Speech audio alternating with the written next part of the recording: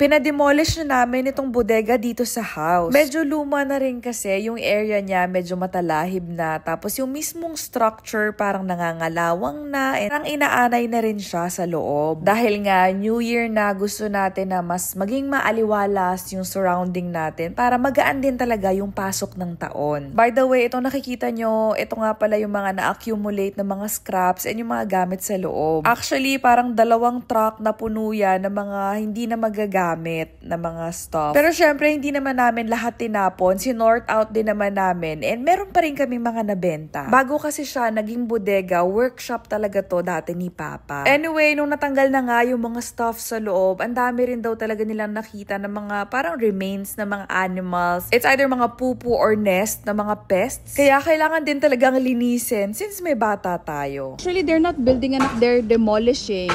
The opposite of building is demolish. They're removing it. Not, yeah, the old one and replacing it with a new one. Tinatanong kasi ni Kitty dito kung may i-build ba raw. Actually, technically, meron naman talaga. Pero dinidemolish pa lang.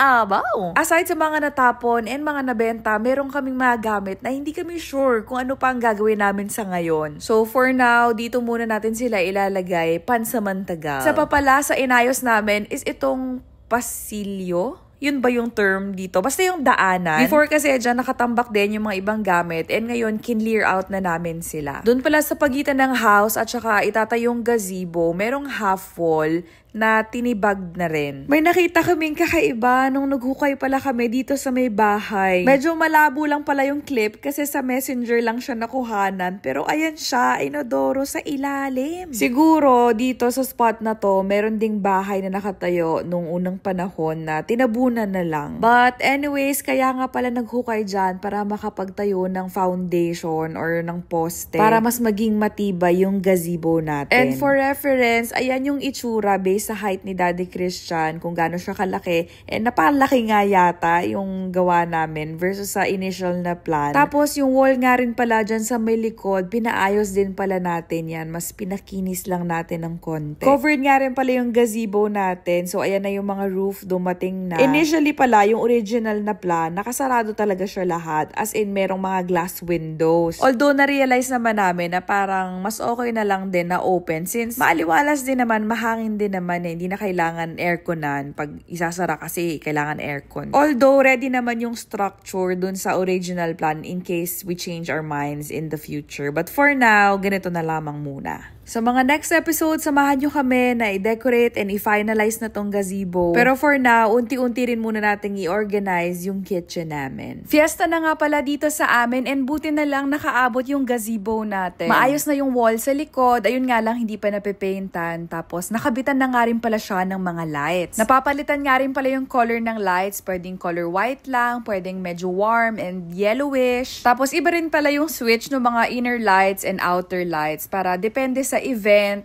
machi-change natin yung feels ng lights. By the way, dun nga pala sa part 1, may nambabash sa amin, hindi naman daw gazebo to.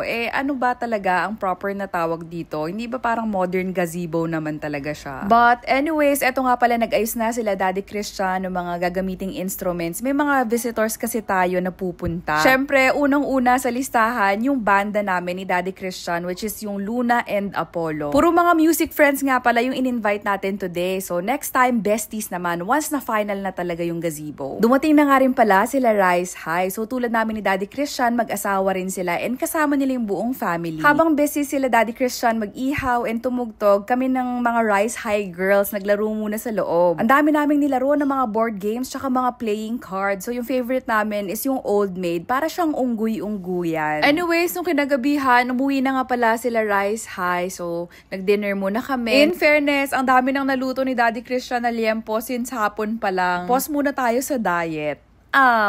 Andito rin pala si J. Cal at saka si Hezekiah. Nasa Spotify na nga pala kami lahat, guys. So, pwede nyo i-search and pakinggan yung mga original songs namin. Hindi ko na maalala kung last year merong fireworks, pero this year ang haba. Siguro parang mga 5 minutes non-stop yung mga fireworks. And during this time, dumating na nga rin pala yung isa pa naming music friend na sila Fox Music. Dami naman itong puputo. Parang nasasawa na ako. Parang 5 minutes na. Anyway, ayun lamang for today. Tulungan nyo ako mamili ng paint para sa gazebo. Anong shade ng mint green yung maganda? Syempre char lang. So, ito yung legit na pinagpipilian talaga natin. Sa tiles naman, originally, ito talaga yung napili namin. Yung mas less yung batik. Matte or anti-slip nga pala yung napili namin. Para ganyan, no, kumakapit siya. Para in case na maglalagay tayo ng pool, walang madudulas. Kapag ganito kasi na parang, marble or basta yung glossy type, aside sa madulas, magmumukha rin kasing musileo yung gazebo natin. By the way, kasama ko nga pala yung brother ko at saka yung sister-in-law ko. Tinulungan nila akong mamili. May pasok kasi si Daddy Chan. So yung previous clip, yun na sana yung final na tiles and paint. Ang problema, kulang pala yung stocks, konti na lang. Kaya ang sinuggest nila, yung same na tiles pero darker shade. So kung yung kanina, light gray na merong itim na batik-batik, ito naman, darker gray pero yung batik-batik niya, white naman. Pag uwi nga pala namin sa house, meron ng parang first layer ng paint dito sa gazebo. Pero hindi siya paint talaga, skim coat daw yung tawag. Since merong mga poste dito, may mga tiles na binawasan. Ang satisfying nga panoorin ng part na to kasi saktong-sakto talaga. Ito na nga pala yung itsura once nakahilera na yung tiles, pero hindi lahat ng rows pantay-pantay. Ipapakita ko sa inyo later kung ano yung sinasabi ko, pero watch muna natin ito. Super satisfying. Feeling ko para siyang nagsispread ng palaman sa tinapay. Gutom yarn.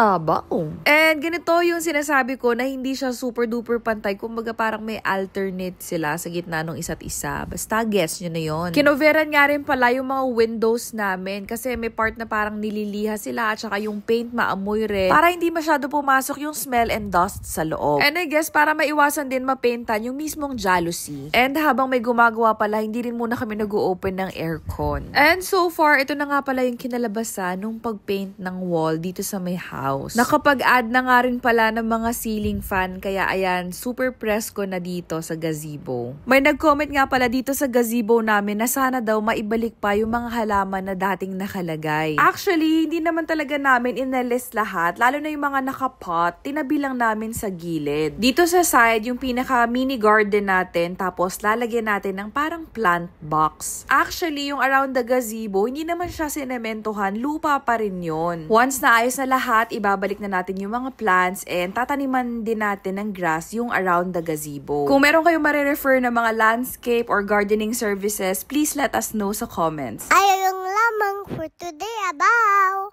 Galing, patingin nga ako. O, yan o. Ayan o.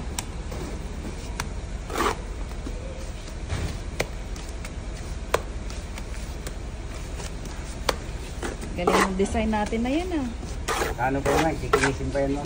Ay, kikinisin pa yan? Ganyan. Akala ko design. Hindi po.